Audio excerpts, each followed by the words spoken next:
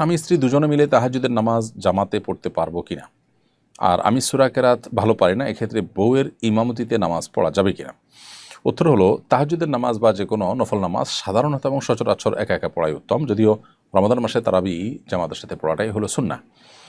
আর তাহাজ্জুদের নামাজ যদি কখনো জামাত হয়ে যায় তো সেক্ষেত্রে সেটা জায়েজ আছে, তবে রমজান মাসে জামাতের সাথে তারাবি নামাজ আদায় করার পরে নির্দেশনা রয়েছে। এছাড়া সকল নফল নামাজই যার জামাতে করে পড়া ভালো।